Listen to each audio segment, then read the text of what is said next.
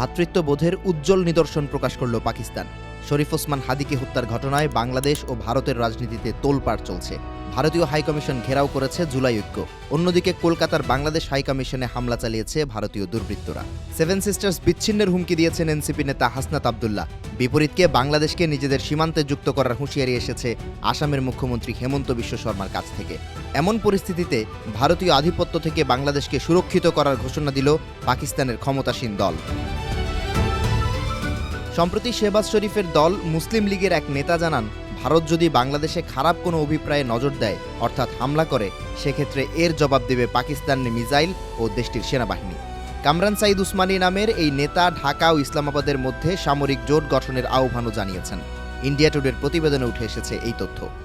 প্রতিবেদনে উল্লেখ করা হয়, ভিডিও বার্তায় এমন হুঁশিয়ারি দেন কামরান সাইদ উসমানী। জানান, ভারত যদি বাংলাদেশে অখণ্ড ভারত গঠনের ভাবনা চাপিয়ে দেওয়ার চেষ্টা করে, তাহলে পাকিস্তান এটি সহ্য করবে না। দাবি করেন, পাকিস্তান এর আগেও ভারতকে কঠিন পরিস্থিতিতে ফেলেছে, প্রয়োজনে আবারও নেওয়া হবে এমন পদক্ষেপ।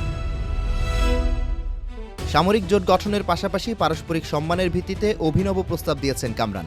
জানান, বাংলাদেশে যেমন পাকিস্তানের সামরিক ঘাঁটি স্থাপন করা উচিত, ঠিক একইভাবে পাকিস্তানে স্থাপন করতে হবে বাংলাদেশের সামরিক ঘাঁটি।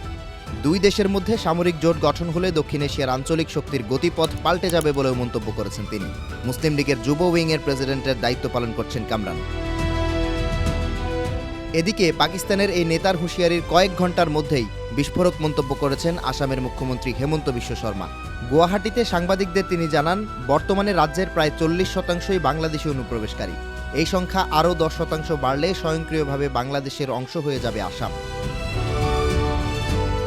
বিজেপির এই নেতা জানান, গত 5 বছর ধরেই এই বিষয়ে কেন্দ্রীয় সরকারকে সতর্ক করছিলেন তিনি, যদিও কর্ণপাত না করায় আজ হুমকির মুখে আসামের অস্তিত্ব।